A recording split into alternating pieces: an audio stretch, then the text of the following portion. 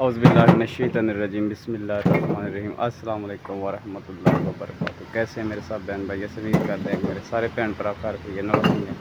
अल्लाह पाक मेरे सब बहन भाइयों को तंदुरुस्ती सेहत फरमाए, जो बीमार हैं अल्लाह ताला उन्हें शिफाए कामला अता फरमाए, आमीन सुम्मा आमीन।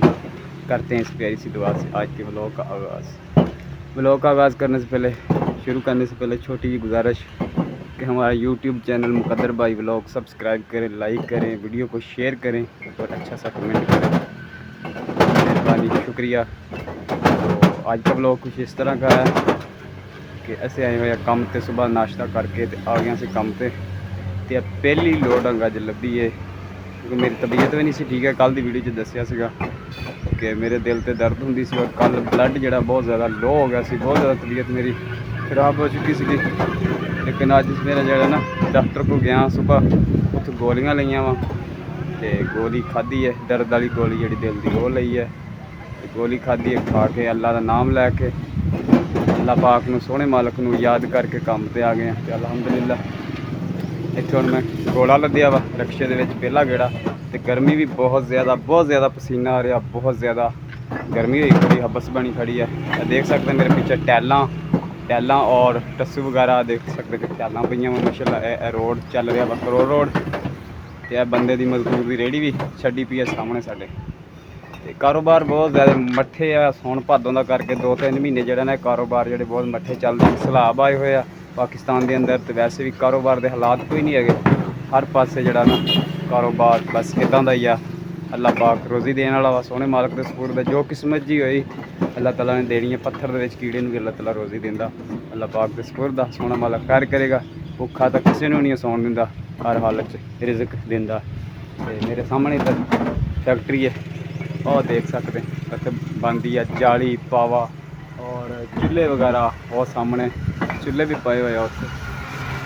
इसके अज का व्लॉग जो बाहर का काम की रूटीन जी अस बाहर काम करते हैं दुकानों पर, आपके भैन भाई ने शेयर कर लिया। देखो जी जाली पावा, ये हैगी फैक्ट्री, इतने टैलों जड़ियाँ होंगे सीमेंट की टैल आ, कितनी प्यारी चिड़िया टैल पतंग। ये देखो ये जोड़ा दरवाज़ियां के मोहरे जोड़ा बनाई दा ना रैंप तो लगती है टैल, और यह जी ये भी रैंप तो भी लगता, कई सेन दे विच भी ला लेंगे माशाअल्लाह। बनया पिया माल सारा, ये फैक्ट्री है, जाली भी है और ऐछे पक्खा भी है, नक्के भी है, जिमीदारे वाला नक्के जालियाँ भी बनाते हैं।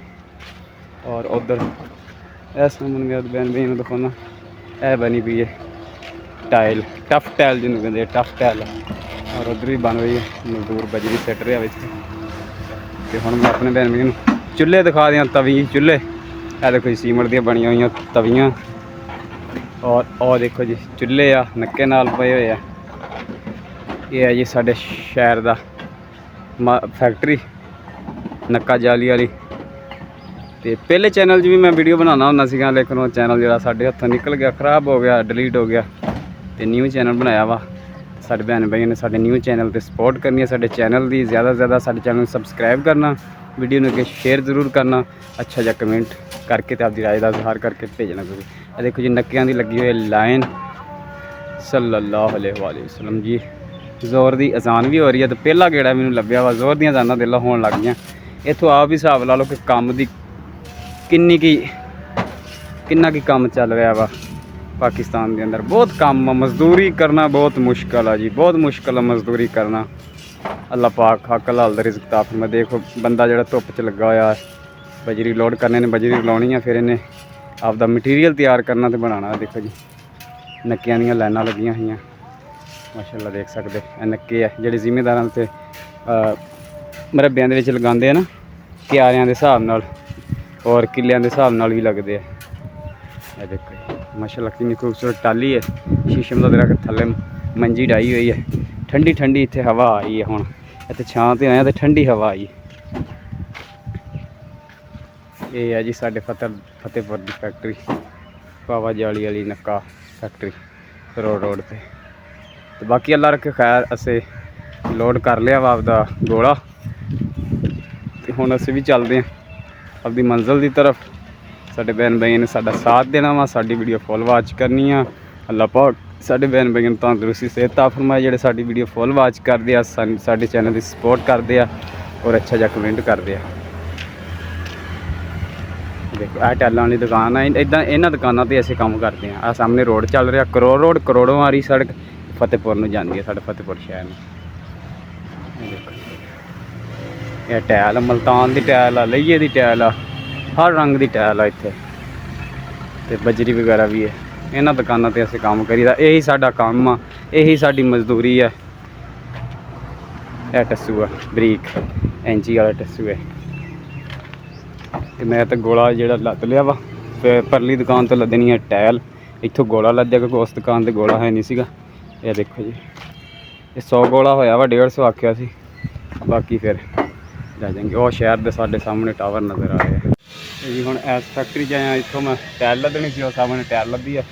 देखो कपड़िया का हालात, किन्नी गर्मी इत्थे, हिसाब ला लो सौन भादों के दिन किन्नी गर्मी, किन्ना पसीना, बहुत बुरा हाल होंदा। मजदूरी करना बहुत औखी है। सामने फैक्ट्री है, ये मार्बल की है, जिसे स्लेपां बनदियां वा, टैलां जिहड़ियां किचन च लगदियां, फर्शां च लगदियां ना, उहदी फैक्ट्री है टैलां वाली। ते इत्थों मैं सादा टैल लदी आ, ते लद के हुण मैं चला। बहुत बुरा हाल होया, अखां च पसीना पैंदा, ते रात के टाइम फिर जिहड़ियां अखां दुखदियां ना, पसीना पै पै के खराब होईयां अखां, बहुत ज़्यादा, बहुत बुरा असर हुंदा। मजदूरी करनी बहुत औखी है जी। अल्लाह खैर करे।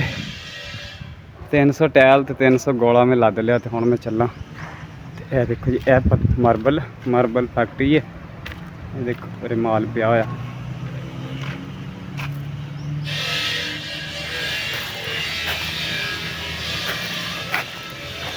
इत्थे एक रक्षा टुकड़े का भरिया वा, सारी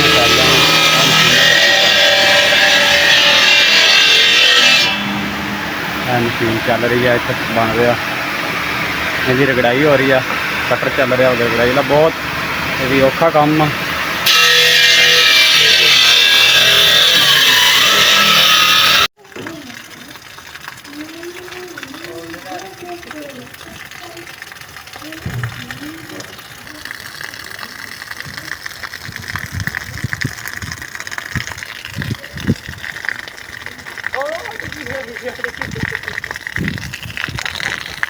क्या